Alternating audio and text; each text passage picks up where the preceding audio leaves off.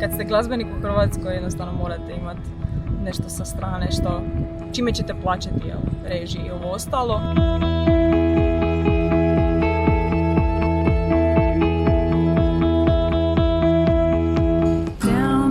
Balkans on the sunny southeast coast, there lies a great big country that no one really knows. It's a land of family values, but the marriage rate is low. Daddy's off the wagon and mommy has no birth control. Moje umjetničko ime je Billie Joan. To je, ajmo reći, simbioza između također dva uzora koji su mi bili Holiday i Joan Jett.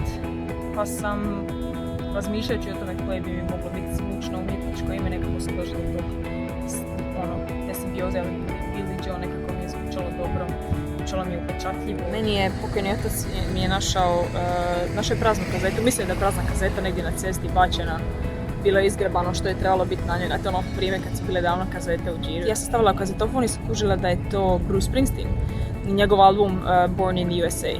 Tako da, kad sam čula to, tu sam se onako, to je bio prvi, ajmo reći, moment kad sam shvatila da se želim baviti glazbom. Učila sam u privatnoj školi engleskog inicijativa, predam engleski, što je super zato što, pogotovo sad u ovo vrijeme, nesigurno vrijeme korone i svega, da s kojim slučajem živim od nastupa, ne bi mogla preživjeti, tako da je dobra stvar definitivno.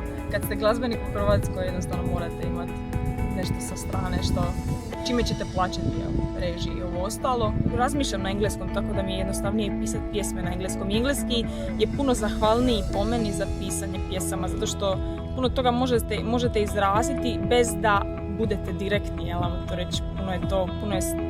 Metafore su jako, bogat je metaforama u tom smislu. Poslušala sam Bon Iverov album For Emma, koji je bio sniman doslovno u kolibi, ja mislim u Wisconsinu, gdje već nije bitno. Negdje u kolibi je snimio samo sa gitarom, samo sa možda par dodatnih nekih zvukova u pozadini, samo njegov glas i gitara. I kad sam čula taj album, onda sam shvatila da mogu ja to i bez, ne treba mi niko. Meni je prvi korak bio u klubu Ohara, koji je sad naravno zatvoren. Ovdje u Splitu, tad sam prvi put nastupala na pozornici i jako je teško bilo jer trebate, ajmo reći, eliminirati taj dio sebe koji je sramežljiv, barem na tih, ne znam, sat vremena. Tako da je to bilo jako teško, ali čim se taj prvi korak, čim uskočite, čim napravite prvi korak prema nečemu, onda je već daljnji korak lako raditi. U pjesmama se glavno referira na nekakvu socijalnu tematiku. Ovaj prvi album koji mi je izašao 2017. godine,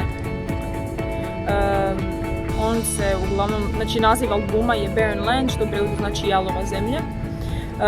Tu se referiram na Hrvatsku, na činjenicu da puno ljudi iz nje izlazi, da puno ljudi odlazi, jer jednostavno čim napreduje ima osjećaj da nema tu nešto tražiti. Split je predivan, Split je, mislim, teško bi mi bilo ikad, ne znam, bi li mogla ikad otići i preseliti se. Ono za mlade, za nekoga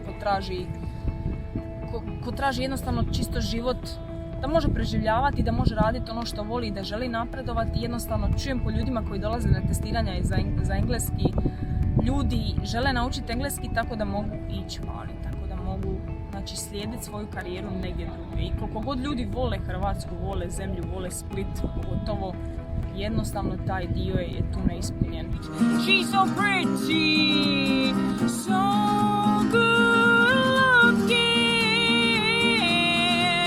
Inače ne volim glazbu koja ugađa masama na takav način. Ne volim glazbu koja se trudi da ugodi na taj način. Više volim stvari koje su neugodne za čuti u smislu i tema i možda malo neugodne, ali imaju smisla nekako. Kad tek počinjete, onda je jako teško slušati bilo kakvu kritiku. Koliko god ona bila konstruktivna, jako je teško slušati jer tek počinjete, pa je onda jako osjetljivo.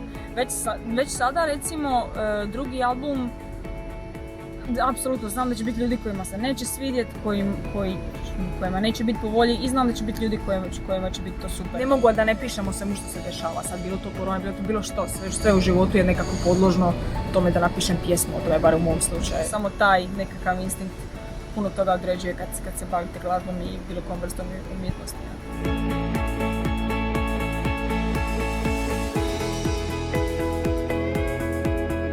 jednostavno ne dopuštamo da taj pressing, ajmo reći, posla utječe na nas, a i mislim da i ne možemo zato što ovo sve tu i utječe i sunčano vrijeme utječe na to sve, tako da mislim da je i uvelike zaslužno za taj, ajmo reći, blaži pristup, i tu fjaku.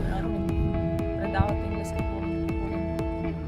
volim nekako prenositi znanje, to je posao koji jako brzo vam nekako uđe u krvi, ali čim ga naučite raditi i oslobodite se, jednostavno ima nešto u tome gdje, ajmo reći, prenosite drugima znanje, ono što vi znate i tražite načina u biti da to što vi znate da drugima prenesete, ali da bude jednostavno lakše. Imate jako puno glazbenika koji jednostavno ne mogu i prije nisu mogli živjeti od toga, kamoli sada. Sad kad se ukida apsolutno sve. Znači sad kad se ukida, imam osjećaj da kod nas je najviše na udaru kultura. Znači kad god nema resursa za nešto, kad se god štedi, onda se štedi na kulturu.